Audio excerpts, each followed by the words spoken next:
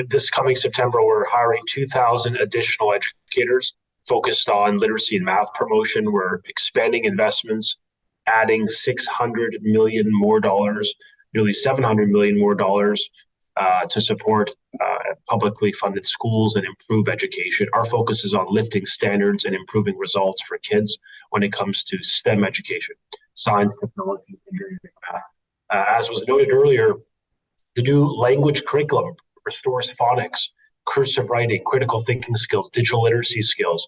It now will mandate at least 30 minutes of dedicated reading instruction every day in the course of a young child's life. So we're adding investments, we're increasing staffing. We are, yes, absolutely creating more accountability on publicly funded school boards to do their jobs, to focus on academics, to refocus their energies on improving skills and the confidence of kids when it comes to the subjects that matter most.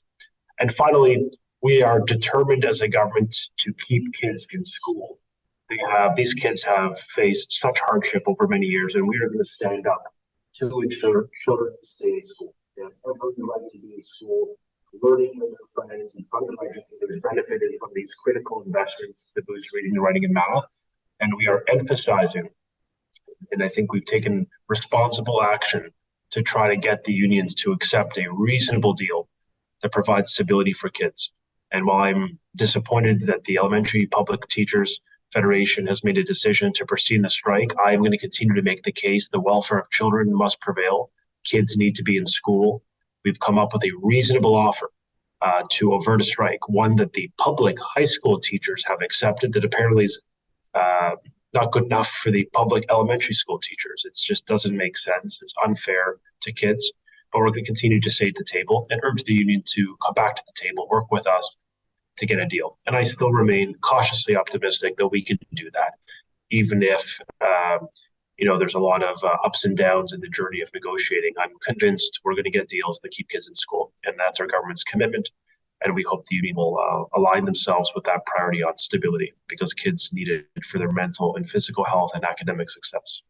Talking about construction, an area in which the Portuguese Canadian community has a strong presence in Ontario, how can the new curriculum help solve the shortage of skilled labor in the sector?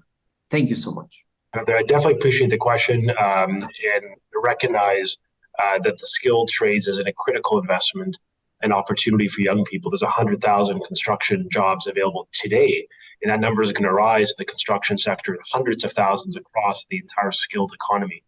We have to improve skilled trades learning, and I'm so excited that next September, every single child in Ontario will be taking at least one technological education course, which is going to mean every student is going to have the prerequisite to go into the skilled trades if they want to, especially for young girls who've historically been underrepresented. Only a third of girls take a tech ed course. So this is going to help open up their horizons.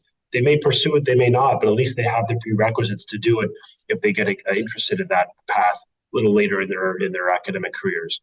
The other thing we're doing that I think is really important within the skilled trades is that we're actually creating more emphasis on hands-on learning. You're going to see more in the new math and science curriculum we unveiled. There's actually emphasis on using your hands, on experimentation, on building robotics, on learning to code, on the development of personal budgets. I mean, these are skill sets young people will use every day in their life, but it'll be so critical for the skilled trades and the economy. The final thing is we're expanding career fairs. We're making skilled trades industries, bringing them into the schools, right into the classrooms to help connect the dots between what we're teaching kids and the economic opportunities in the labor market. The final component here is we're building schools and modernizing schools to have shop classes, entrepreneurship, learning spaces, tech labs back in our schools. The former Liberals removed them from many schools. We're bringing them back. We think it's so important to have tech labs where kids could experiment, use their hands, enjoy learning outside of just a textbook. And that experiential hands-on learning experience, for me, it's what is the game changer. It's what kids love. It's what keeps them engaged. And I want to keep students stimulated, excited about learning, and I know in the skilled trades we can. The final point is, I come from an immigrant background. Sometimes we can stigmatize jobs in these careers. These are great careers, high wage, in demand, pensions, benefits. I mean, entrepreneurial, often they're self-employed people. They do very well. So we have a role to play in helping to communicate to parents from new Canadian families and immigrant families and all families that there's a great economic opportunity and dignity in the skilled trades. So I think we all have a role to play to encourage our young kids, for those that are interested in it, to pursue it with the recognition that they will get a good job and will have a good life.